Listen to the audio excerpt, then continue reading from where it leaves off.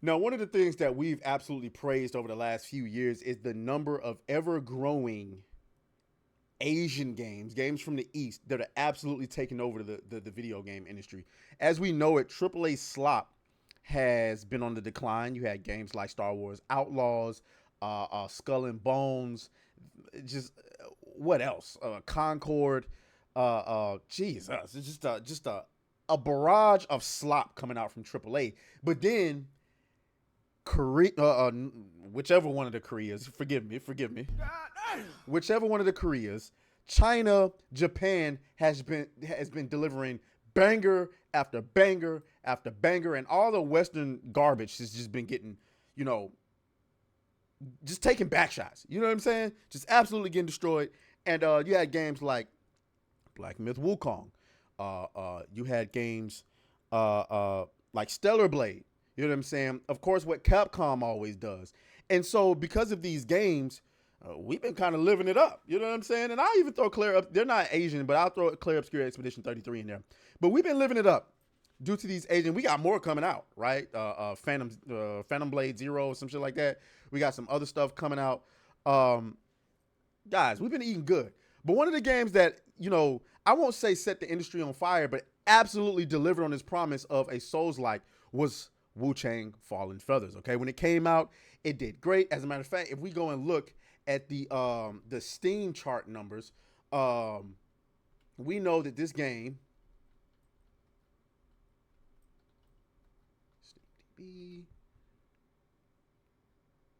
bring this down here so y'all can get a good little gobble out of that. We know that this game, at one point, I mean, it's only 5,000 in there now, had 130,000 people playing. Now, as you can see, it's down. You know what I'm saying? I don't even think y'all, yeah, okay, y'all see the 100,000. This game is down now. You see only 5,000 people are playing it, 17,000 in a 24-hour peak. And you can see the reviews are not good, okay? The reviews are not good. They were good, but they're not good now. Why is that? Well, has a lot to do with a little bit of performance issues, stuff like that. The game has run fine, but it hasn't been great for me. It's a little choppy. I've had to play around with the settings. But now we're talking about something a little bit deeper. Now we're talking about censorship, okay? We're talking about censorship. Here it is. WuChang Fallen Feathers has made certain bosses and NPCs unkillable following backlash in China. Oh, man. Here we go again. Shit. Here we go again. Why? Why? Why are we doing this? Why are we doing this? Let's get into this article. Shout out to Kotaku for actually doing their job for once and reporting on actual games news instead of attacking fans. WuChang Fallen Feathers has been called a lot of things. Soul slop, Gooner bait, a surprisingly good game. Gooner bait, really? You can now add censored to the list after a recent 1.5 update made controversial changes to the game, seemingly to quell a backlash from some fans in China. A few diehard fans are now relieved they bought the game on disc, knowing they can always access the original version of the action game that released last month. Unfortunately, that's the downside of being a PC gamer. I do not fall in that category. Mine is on Steam. I do not have a physical copy.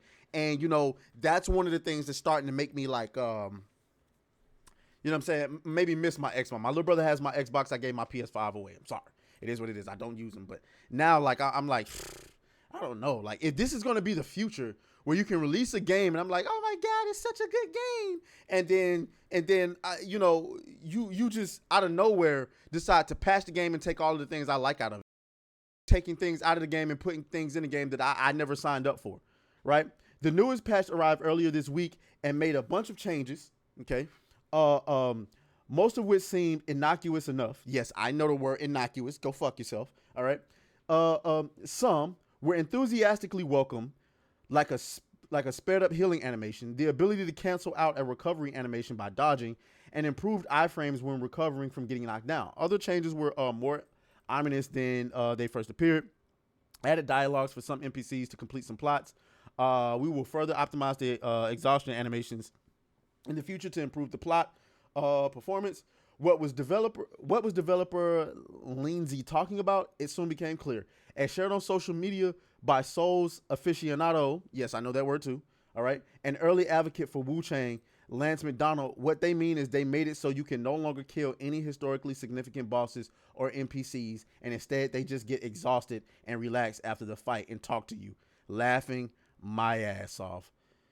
Oh my god. Oh my god. My leg! So remember that this game is supposed to be a Souls-like, right? And remember in Souls games, when you kill bosses, that like they kind of like, you know, disappear and fade off. And this game is supposed to be like, the plot of this game is supposed to be about immortality and rebirth and stuff like that.